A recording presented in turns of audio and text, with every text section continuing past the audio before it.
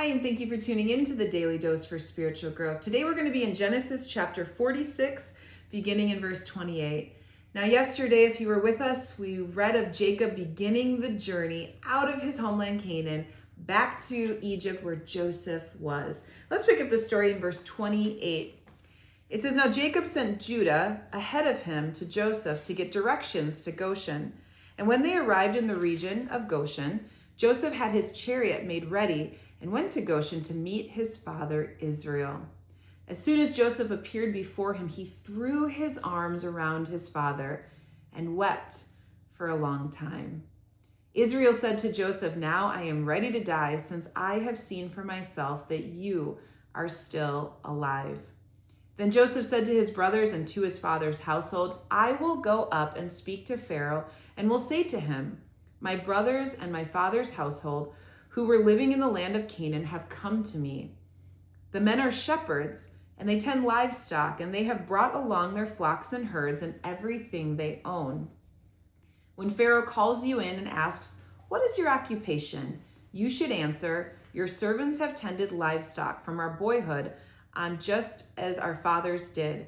Then you will be allowed to settle in the region of Goshen, for all shepherds are detestable to the Egyptians. Now, what a beautiful passage, beginning with this amazing reunion. Can you literally imagine? Jacob had believed for over 20 years that his son Joseph had met a grisly death, potentially killed by wild animals. At least that's the story that his brothers deceived his father with when they brought back that bloody coat many years ago.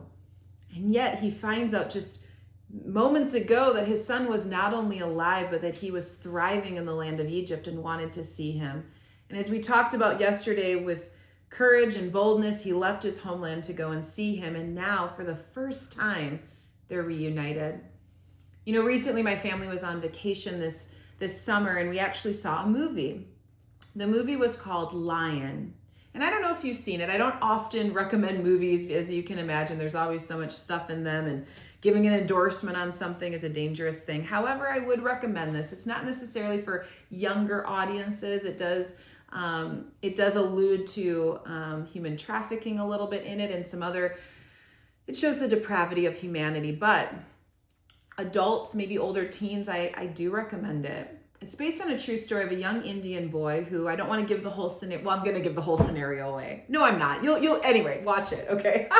I'm giving away a lot, but it's what it is. Long story short, something happens and this boy gets separated from his family, little boy. And similar here to Joseph, his mother thought he was dead.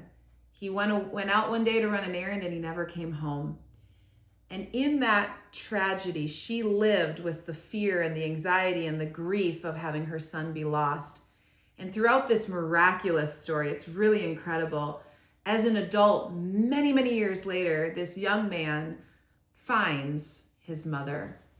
And they show the video of him actually at the end of the movie. It's a movie, but they show the actual live footage of the real people of him being reunited with his mom. And it reminded me of the power of that with this story of Jacob and Joseph, of just the joy, the relief. And you hear it in his heart. He says, okay, now I can die. Now I have peace, right? It's just an incredible thing that what was cost, what he had to pay for the sin of his sons and their deception. And yet this reuniting is amazing. What an incredible reunion. But did you catch that then it goes on from there? And Joseph has a little insight into how to deal with Pharaoh. He says, let's be honest here. Let's be very clear that when you meet Pharaoh, you should tell him that you are shepherds. And why would he do that? Well, he knows in the past his brothers had no problem deceiving, and it was probably much common knowledge that the Egyptians did not like shepherds. Why? Several reasons. I actually looked into this. You can look into it too. But a couple are just the filth of it, the dirtiness of it, it was like those were people that do, shepherd work, were not respected in the community. Also, there were conflicts over land. The shepherds needed a lot of land, and it was infringing on the development of the Egyptian nation. Also, it had to do with the different animals. Some of the things that the Israelites, or going to be Israelites, this is the original Israelites, the Canaanite people, we'll say in this context, what they would offer as sacrifices to God were things that the Egyptians would eat. And so there was conflict there as well. These are holy animals that we set aside, so forth. You can imagine conflict. And so Joseph knew all of this. The brothers potentially knew all of this. And so they may have been tempted to lie and make up, I'm a blacksmith. I don't know what they would have said. But because of the honesty, what Joseph did is he actually secured them the best land. Goshen was a beautiful land, but it was on the outskirts of Egypt. It was a little bit further away. So probably Pharaoh's mind was, well, let them in, but we're going to keep them on the outskirts. But also, as you may know, Egypt was a pagan nation, idol worship, and had different customs and practices that were contrary to the will of God. And so this also was protecting his brothers, that they would be in the protection of Egypt, but they wouldn't be as affected by the sinful culture of Egypt. So it's interesting there. I want to challenge you with this thought.